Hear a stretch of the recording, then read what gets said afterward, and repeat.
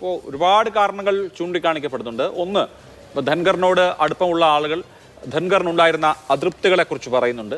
ഉപരാഷ്ട്രപതി പദവിയെ വകവയ്ക്കുന്നില്ല, അല്ലെങ്കിൽ അത് ആ കോൺസ്റ്റിറ്റ്യൂഷണൽ പൊസിഷനെ മാനിക്കുന്നില്ല എന്ന വിഷമം അദ്ദേഹത്തിന് ഉണ്ടായിരുന്നു എന്ന് ചൂണ്ടിക്കാണിക്കുന്നുണ്ട്. ഫോറിൻ ഡിഗ്നിറ്ററീസ് വരുമ്പോൾ മുൻകാലങ്ങളിൽ നിന്ന് വ്യത്യസ്തമായി അദ്ദേഹത്തിനൊരു സ്ഥാനം അക്കാര്യത്തിൽ ഉണ്ടായിരുന്നില്ല എന്ന് ചൂണ്ടിക്കാണിക്കുന്നവരുണ്ട്. ഇപ്പോൾ JD Vance, American vice president, ഇന്ത്യയിൽ വന്നു. ധൻഖർ അറിഞ്ഞുപോലുമില്ല. അദ്ദേഹം അന്നൊരു ഫ്ലൈറ്റിലായിരുന്നു. അമേരിക്കൻ വൈസ് പ്രസിഡന്റും ഇന്ത്യൻ ഉപരാഷ്ട്രപതിയും തമ്മിലൊരു സെഷൻ അല്ലെങ്കിൽ ഒരു കൂടിക്കാഴ്ച ഉണ്ടായിരുന്നില്ല.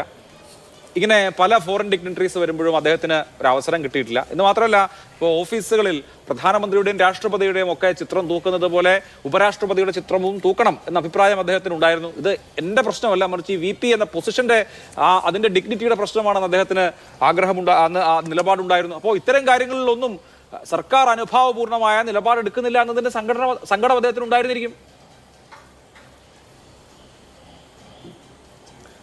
നോക്കൂ, അങ്ങ് പറഞ്ഞ കാര്യം തീരെ ശരിയല്ല, വസ്തുതാപരമായി ശരിയല്ല. നോക്കൂ, JD വാൻസ് ഇന്ത്യ സന്ദർശിച്ച സമയത്ത് രാഷ്ട്രപതി ഇന്ത്യയിൽ ഉണ്ടായിരുന്നില്ല. അദ്ദേഹം മറ്റൊരു യാത്രയിലായിരുന്നു ആ സമയത്ത് ഉണ്ടായിരുന്നത്. അതേ സമയത്ത് ഉപരാഷ്ട്രപതി എന്നുള്ള രീതിയിൽ എത്രയോ ഫോറിൻ വിസിറ്റുകളായിക്കോട്ടെ, എത്രയ്ക്കോ ഡിഗ്നിറ്ററികളായിട്ടുള്ള മീറ്റിംഗ് ആയിക്കോട്ടെ അദ്ദേഹം ചെയ്തിട്ടുണ്ട്. എൻ്റെ ഓർമ്മ ശരിയാണെങ്കിൽ ജവഹർലാൽ നെഹ്റുവിന് ശേഷം ആദ്യമായിട്ട് ബ്രിട്ടനിലെ രാജകുടുംബത്തിന്റെ കിരീടധാരണ ചടങ്ങിൽ ഇന്ത്യ ഔദ്യോഗികമായി റെപ്രസെന്റ് ചെയ്യുന്ന രാഷ്ട്രപതി ജഗദീപ് ധൻഖറാണ്. അതായത് അവിടെ പ്രശ്നം ഈ ഫോറിൻ വിസിറ്റ് തന്നെയാണ്. ശ്രീ ശങ്കു, 2023 കിങ് ചാൾസ് മൂന്നാമന്റെ കൊറോണേഷൻ പോയി, സമ്മതിച്ചു. ഞാൻ 35 മാസം അദ്ദേഹം അധികാരത്തിൽ 4 തവണയാണ് പറഞ്ഞു കൊടുക്കുമ്പോഴേക്ക് അങ്ങ് ഇടപെടുന്നത് എന്തിനാ? പറയുമ്പോൾ ഒന്നും അങ്ങ് ഇടപെട്ടില്ലല്ലോ.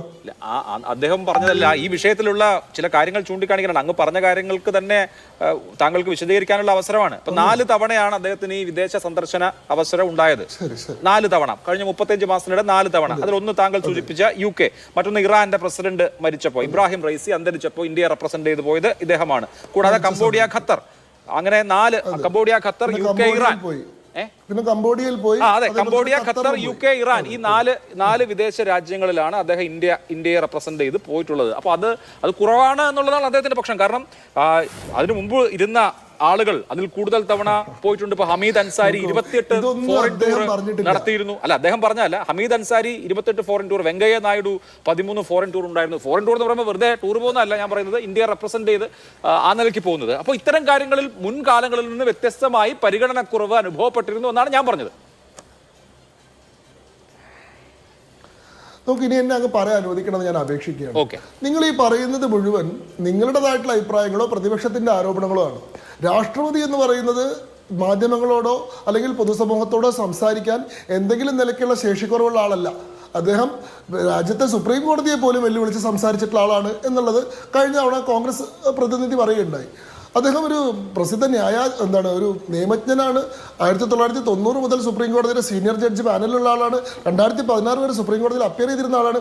ഇതൊന്നും സുപ്രീം കോടതിയുടെ ആർട്ടിക്കിൾ 142 ഒരു ന്യൂക്ലിയർ വെപ്പൺ ആണ് എന്ന് പറഞ്ഞ് വിമർശിക്കാൻ, ജുഡീഷ്യൽ ഓവർറീച്ചിനെ വിമർശിക്കാൻ അദ്ദേഹത്തിന് തടസ്സമായിട്ടില്ല. അങ്ങനെ ഒരാൾ തൻ്റെ സ്ഥാനം രാജിവെക്കേണ്ടി വരാനുണ്ടായിട്ടുള്ള കാരണം പറയാൻ ഭയക്കുമെന്ന് പറയുന്നത് എന്ത് തരത്തിലുള്ള ന്യായമാണ്? അദ്ദേഹത്തിന് അത് പറയാനുള്ള അവസരം ഉണ്ടായിരുന്നു. അദ്ദേഹം വളരെ വിശദമായിട്ട് രാജിക്കത്ത് എഴുതി. ആ രാജിക്കത്തിൽ ഒരു വാചകമെങ്കിലും വായിക്കാൻ നിങ്ങൾ എന്നെ അനുവദിക്കുന്നു ഞാൻ പ്രതീക്ഷിക്കണം. അപ്പോൾ അങ്ങനെ ഇടപെടില്ലെന്ന് ഞാൻ പ്രതീക്ഷിക്കുന്നു. ആ രാജ്യത്തിൽ അദ്ദേഹം പറയുന്നൊരു കാര്യം, I express my deep gratitude to the honourable prime minister and the esteemed council of ministers. Prime minister's cooperation and support have been invaluable and I have learned much during my life time in the office എന്നാണ്. അതായത് ഞാൻ ഈ രാജ്യത്തിൻ്റെ പ്രധാനമന്ത്രിയോടും അദ്ദേഹത്തിൻ്റെ council of മിനിസ്റ്റേഴ്സിനോടും അഗൈതവമായി നന്ദിപ്പെടുന്നു. കാരണം അദ്ദേഹം എനിക്ക് തന്നിട്ടുള്ള പിന്തുണയും അദ്ദേഹത്തിൻ്റെ സംഭാവനകളും വിസ്മരിക്കാൻ കഴിയാത്തതാണ്. അദ്ദേഹത്തിൽ നിന്ന് എനിക്ക് ജീവിതത്തിൽ ധാരാളം പാഠങ്ങൾ പഠിക്കാൻ സാധിച്ചിട്ടുണ്ട്. അത്രയും ആദരവോട് കൂടിയിട്ടാണ് അദ്ദേഹം പ്രധാനമന്ത്രിയെ പറ്റി പറയുന്നത്. അദ്ദേഹം എന്തെങ്കിലും ഗ്രഡ്ജോട് കൂടിയിട്ട്, എന്തെങ്കിലും വിഷമത്തോടു കൂടിയാണ് പോകുന്നതെങ്കിൽ ഈ വാചകം അദ്ദേഹത്തിന് ഒഴിവാക്കാം. അദ്ദേഹം പ്രധാനമന്ത്രിയെ മോശം പറയണമെന്നോ കുറ്റം പറയണമെന്നോ പറയുന്നില്ല. പക്ഷേ ഈ വാചകം പറയേണ്ട ആവശ്യം അദ്ദേഹത്തിന് ഉണ്ടായിരുന്നില്ല. വളരെ ബോധപൂർവ്വം, വളരെ ഗ്രേസ്ഫുൾ ആയിട്ടാണ് അദ്ദേഹം ചെയ്യുന്നത്. ഇവിടെ അനിൽ ബോസ് പറയുന്നത് എന്താണ്? അദ്ദേഹത്തിന് വിടവാങ്ങൽ പ്രസംഗം നടത്താനുള്ള അവസരം കൊടുത്തില്ല എന്ന്. ആരാണ് അവസരം കൊടുക്കേണ്ടത്? ഒരു ഉപരാഷ്ട്രപതി രാജിവെക്കാൻ തീരുമാനിച്ചു കഴിഞ്ഞാൽ അതിൽ ഇടപെടാനുള്ള എന്ത് മാൻഡേറ്റ് ആണ് ഗവൺമെന്റിനുള്ളത്? നിങ്ങൾ ഇങ്ങനെ രാജിവെക്കരുത്, നിങ്ങൾ അടുത്ത ഞായറാഴ്ച ഒരു വിടവാങ്ങൽ പ്രസംഗം നടത്തിയതിനു ശേഷം ഒരു ഓണറബിൾ അങ്ങനത്തെ ഒരു സെറിമോണിയൽ ആയിട്ടുള്ള എക്സിറ്റ് നടത്താവും. ഇത് അദ്ദേഹത്തിന്റെ ചോയ്സാണ്, അദ്ദേഹത്തിന്റെ തീരുമാനമാണ്. അദ്ദേഹം 74 വയസ്സായിട്ടുള്ള രാജ്യത്തിന്റെ നിരവധി അധികാര കേന്ദ്രങ്ങളിൽ പ്രവർത്തിച്ചിട്ടുള്ള, ഒരു ഘട്ടത്തിൽ കേന്ദ്രമന്ത്രിയായിട്ടുള്ള, പിന്നീട് MP ആയി പ്രവർത്തിച്ചിട്ടുള്ള, നിയമസഭാംഗമായി പ്രവർത്തിച്ചിട്ടുള്ള, ഗവർണറായി പ്രവർത്തിച്ചിട്ടുള്ള, വൈസ് പ്രസിഡന്റായി പ്രവർത്തിച്ചിട്ടുള്ള ഒരാളാണ്. അദ്ദേഹത്തിന് സ്വന്തം കാര്യം നിശ്ചയിക്കാനുള്ള അധികാരമുണ്ട്. അദ്ദേഹം തീരുമാനിക്കുന്നു. അദ്ദേഹത്തിന് കഴിഞ്ഞ മാസം ആൻജിയോപ്ലാസ്റ്റി ചെയ്തിട്ടുണ്ടായിരുന്നു.